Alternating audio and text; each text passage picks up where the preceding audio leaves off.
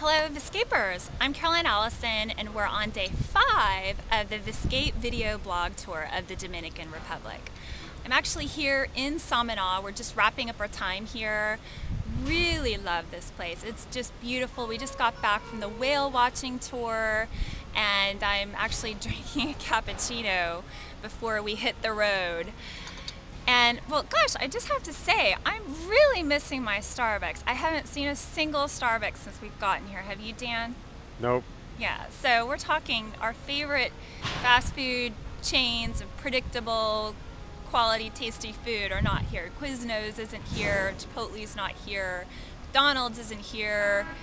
You know, maybe, people come here to get away from all that, but, I kind of like at least having Starbucks for breakfast. But anyway, that's neither here nor there. If someone could make that happen, it would certainly make me happy coming to the Dominican Republic. But anyway, so just wanted to do a quick review of what we've seen thus far. We started our trip in Jarabacoa, which is a California temperate climate. It's up in the mountains. It stays right around 70 degrees year-round. It's just beautiful. In fact, it reminds me a lot of Boquete in Panama. And if you know anything about Boquete, it's become this really hot spot for retirees in Panama. And it's up in the mountains. It's lush green. It's beautiful with huge vegetation.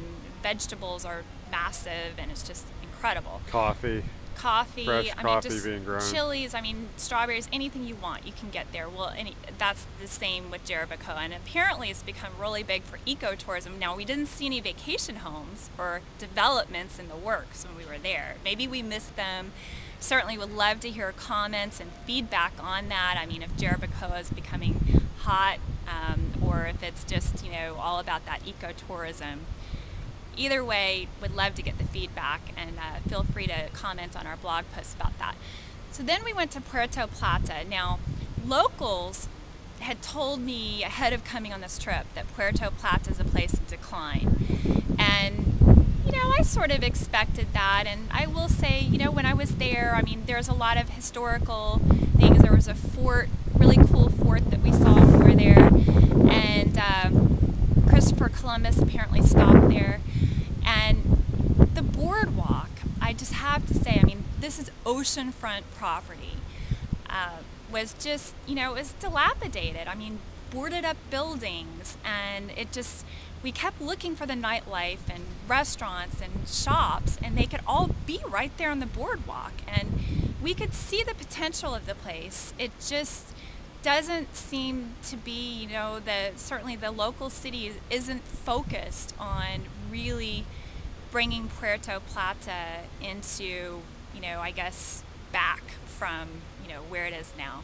It's got a lot of potential. It has a lot of potential, but, the government has to back that in order for it to really be an amazing place. Now, we stayed in Playa Dorada, which is kind of right next door to Puerto Plata, and it's actually a vacation home area, golf resort. There were a smattering of restaurants, but really just, you're pretty much eating at resorts when you're there. And just wasn't, quiet vacation experience. I guess families go there, I'm not quite sure.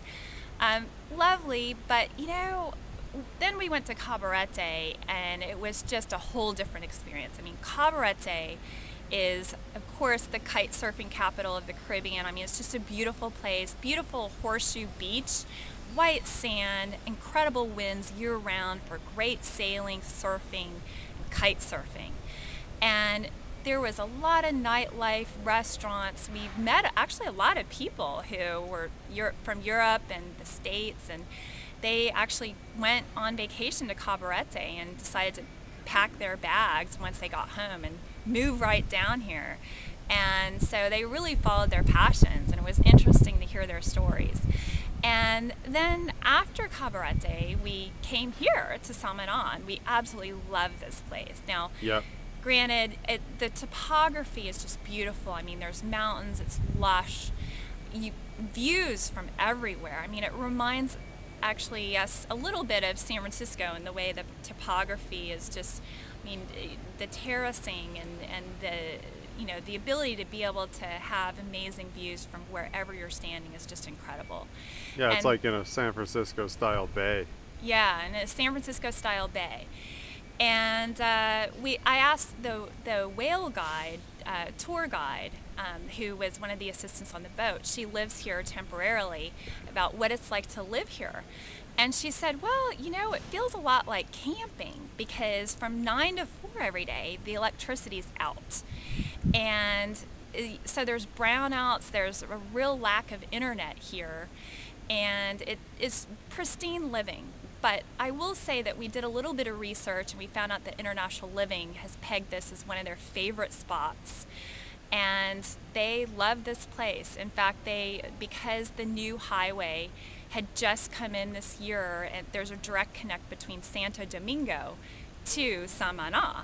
And so, I think that the government is backing this place as the crown jewel of the Dominican Republic. And I would expect that there's probably going to be a big growth spurt here. So we love Samaná. It's certainly a very, very beautiful place, and I think it'll be really interesting to see how it looks a few years from now. So anyway, thanks for tuning in, and ride the wave.